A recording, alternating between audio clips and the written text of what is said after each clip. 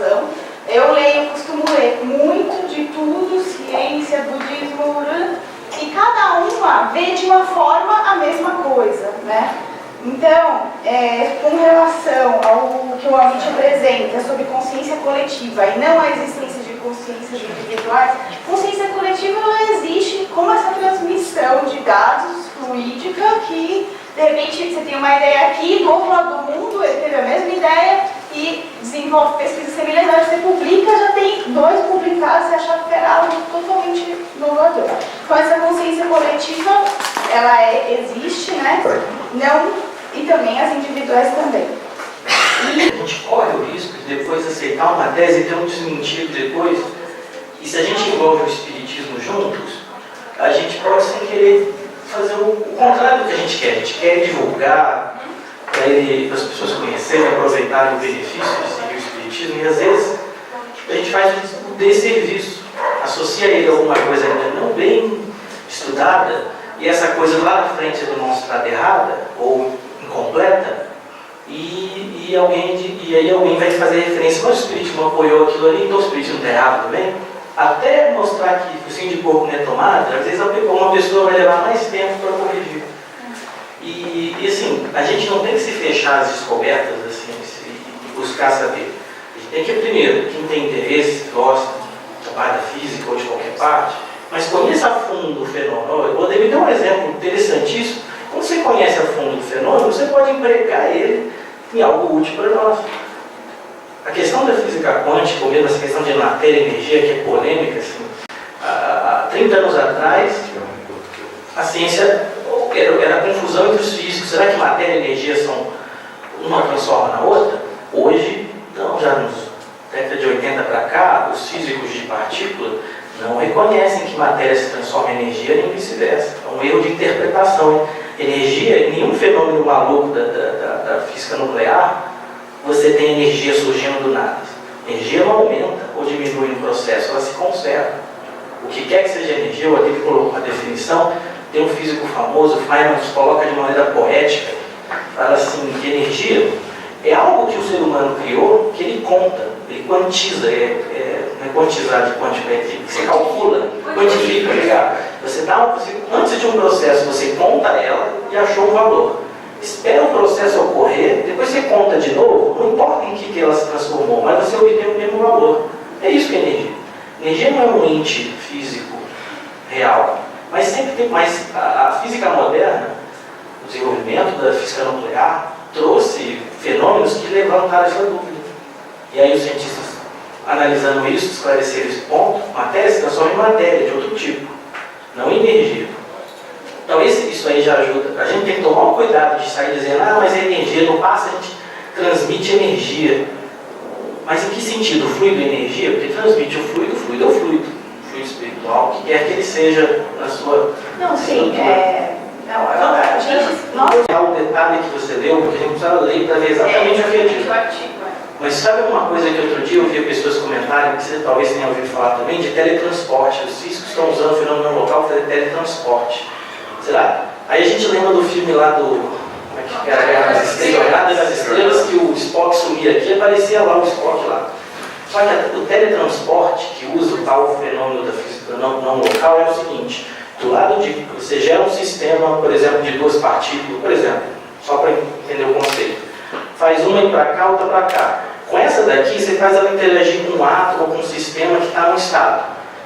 Assim que interagiu, do lado de lá, a partícula de lá vai colapsar para um outro estado. E usa essa informação para gerar um átomo com a mesma propriedade daqui. Você não está transmitindo a matéria daqui para lá. A informação é que você está sabendo do fenômeno, usando para reconstruir o átomo lá. Ou seja, o Spock está desmaterializando, entre aspas, né, aqui, mas está sendo construído com a matéria presente do lado de lá um outro corpo. Então não é um transporte material. Mas quando fala assim, porque a ciência, às vezes os cientistas gostam de botar uma palavra bonita para dar uma atenção, e aí a gente leigo corre o risco danado de construir em cima disso todo um sistema. E esse cuidado que, assim, é a sugestão que eu acho que vale a pena a gente ter como espírita, vamos correr o risco de, sem querer, aceitar uma mentira. A gente faz isso por mediunidade, né? O Erasto, lá no livro dos Médios, fala que eu prefiro rejeitar 10 verdades do que aceitar uma mentira, uma única falsidade. Por quê? Porque se a gente, vamos supor que eu acredite no Goswami, e agora, para refazer o que eu criei toda na minha cabeça, uma concepção de explicar o mundo com isso aqui. E aí, para entender o Espiritismo que diz que é diferente? Vai ser um trabalho mais difícil. Né? É só esse cuidado que eu sugiro. Mas não de a gente não investigar, não procurar. Um colega nosso, o Alexander, professor em Juiz de Fora, de Medicina e Psiquiatria, ele mandou para a gente uma referência, eu não tenho ela de cabeça, mas o Kardec, numa revista espírita, em algum lugar, faz menção que um dia alguém vai descobrir uma física dos fluidos espirituais. E a gente acredita, logicamente, sem dúvida, que por ser um elemento material, há de ter leis que regem o comportamento, a estrutura. Mas como a gente faz isso? Fazendo analogia direto e saindo aí, aceitando? Não, a gente tem que ser científico, tem que usar os nossos métodos de física para tentar chegar a isso. Mas a física ainda nem reconhece direito o fenômeno.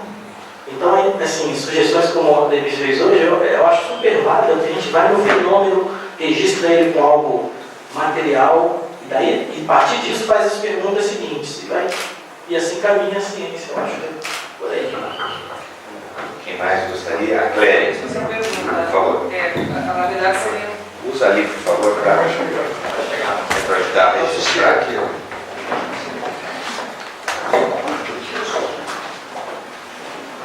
Então, queria também parabenizar ambos, né, Alexandre e Ademir, dizer que uma aula e tanto, e eu estou muito triste, que eu adoraria, gostaria muito de entender física. Então, eu vou ter, hoje, com a aula de vocês, eu tive a certeza absoluta que eu vou ter que ter muitas encarnações para poder entender o décimo, se eu entender o décimo. Então, isso, eu queria já voltar para esse planeta, mas hoje está interessante o caso. Primeiro, assim, quando vocês, eu acho que ambos têm condição de responder isso. Quando vocês falam, quando você disse, Denise, especificamente na sua fala, que no vácuo, né, não haveria possibilidade de transporte de efeito físico. Não é isso? Entendi certo? Eu também lembrei que a luz também não se propaga no vácuo. Não, a luz se propaga. Se propaga no vácuo? O som, desculpa. O som no vácuo também. Aí você já lembrou muito bem. Quando você tira o ar, o som, que é uma coisa totalmente invisível também, ele não se propaga. Então, como o fenômeno ele tem uma contraparte material, muito provavelmente, se eu variar a pressão em torno do médio, eu não posso colocar um médio num vácuo absoluto, sai de morre. Quando eu variar a pressão, eu estou com uma supressão. Se eu diminuir a pressão, o fenômeno vai ser suprimido, talvez ele diminua de intensidade. Você poderia pegar um objeto, pôr uma câmara e faz vácuo dentro dela e pede para o espírito tentar levitar dentro da câmera, uma câmera e alguma coisa registrando. Eu ia falar justamente isso. Mas a minha pergunta, eu vou arriscar fazer uma pergunta idiota para dois metafísicos e para universidade, mas eu quero perguntar do que ficar na minha ignorância. A gente ouve, lê alguma coisa que fala que pensamento é matéria. Energia, então. Aí que eu quero quero que vocês me ajudem a entender isso. Se você fala que no vácuo se transporta, não se propaga nem o som, e nem não teria condição de ter nenhum efeito físico, suponhamos, isso é uma questão hipotética. Se imaginarmos, existe essa questão conceitual da Isabriga, que o Alexandre fala da questão da energia, da matéria, que são as mesmas coisas, eu não consigo entender isso.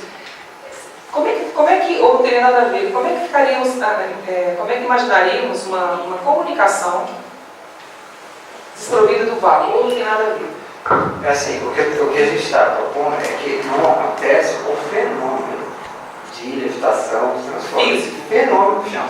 Aqui esse fenômeno, outros não ocorrem. A gente vai ficar falando de fenômeno, a gente vai cair num problema chamado dualismo.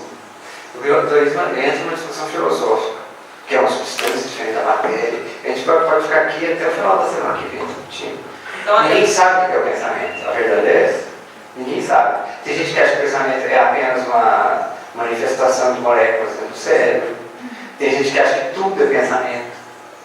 Né? Tudo é pensamento. Tem gente que fala que pensamento é matéria. Exatamente, tem gente que fala que pensamento é matéria. Mas assim, desde que eles descrever essas coisas, vão começar aos poucos, estudar esses fenômenos, porque é a partir do fenômeno que a gente começa a construir a ciência. Não é simplesmente jogar, né? Jogar e empurrar, isso aí, um monte de gente não acredita, isso aí já era, século XIX, isso já passou, não é verdade isso, os fenômenos estão aí. Né? Então, como é que a gente pode dar um passinho, né? Um passinho por vez, fazer o primeiro passo? Será que a gente consegue suprimir o fenômeno? Então, a proposta é essa, diminuir a pressão, o fenômeno, agora o pensamento. É, você fala, não é um fenômeno físico, né? O que eu sei. O pensamento é um fenômeno, uma comunicação. É tão complicado, tem uma mensagem de Emmanuel no livro, acho que é o Consolador, só que nem ele sabe, nem os espíritos encarnados, na estatura de Emmanuel sabem. Então, como é que a gente vai querer, né? Eles não sabem também. É uma pergunta mesmo que me vê esse questionamento. Se você no vácuo não propaga nem a luz, nem o som, nem o fenômeno físico, se eu imaginar que a comunicação entre duas pessoas encarnadas ou desencarnadas, não é importante que são espíritos, se imaginar por esse lado que é matéria ou que é energia, será que no vácuo também não pensaríamos? Tem uma questão ali dos espíritos, tem uma questão de dizer se o espírito, o Kardec faz, eu não me lembro exatamente qual é, mas quando o espírito pensa em outros, ele sente como uma atração que vem naquela direção do universo e está em outro espírito. Então existe uma ligação aí que não é material, obviamente. É uma outra substância. Você quer fazer alguma consideração? O Alexandre quer fazer uma consideração? Já. Um tempo atrás, lá no grupo que eu faço parte, o Boletim do Israel, alguém mandou um e-mail questionando assim, que leu o André Luiz, essa afirmativa, o pensamento é matéria? Aí alguém respondeu, não lembro quem respondeu na época, mas aí eu pensei assim, vou ler nas obras básicas o que Kardec fala do pensamento, e eu escrevi uma matéria, com o título assim, o pensamento é matéria, é quântico. Se não me engano, publicado na revista do Jornal da FES, Folha ou Jornal Espírita, como é que chama? Folha Espírita. Folha Espírita. Depois eu posso te passar, mas basicamente o que eu tirei da Gênese do Allan Kardec fala, isso do fluido universal, ser o mecanismo através do qual o pensamento se propaga, se transmite, e a ideia de informação, que o pensamento é alguma coisa que contém informação. Ele não pode ser só essa onda, ou o que quer que seja essa substância, mas ele também contém agregado a ele a informação que está associada ao que a pessoa pensou, sentiu. Agora, essa explicação espírita, ela é clássica. Ela não é uma coisa quântica, no sentido de não local. Ela usa Newton lei das atrações, ou simplesmente que nem uma onda. O Kardec usa essa comparação, que nem o som é propagado no ar, que é uma oscilação de pressão do ar, precisa do ar para se propagar. O Kardec, com base nos espíritos, propõe que quer que seja o pensamento, mas ele vai se propagar de alguma forma através do universal, que se transforma e se propaga. Agora, até aproveitando o que alguém perguntou antes, essa explicação espírita ela não deixa de ter um valor científico dentro desse contexto nosso. E que às vezes a gente não vê como científico, prefere esperar o que a física vai um dia achar dizer que é o fenômeno. O espiritismo, de um certo ponto de vista, tem esse valor de ciência nessa explicação. Dentro do paradigma do contexto espírita, isso é uma explicação. E uma outra observação rápida que eu quero fazer, essa questão do vácuo, a previsão da teoria que o Ademir propôs é que no vácuo não seria possível a levitação. Mas se os espíritos, num experimento, conseguirem levitar um objeto no vácuo, no mínimo a gente vai ter que rever, que é como a gente faz em ciência. A gente pensa num fenômeno, faz uma conjectura, faz um modelinho matemático para tentar quantificar o resultado e mede, monta o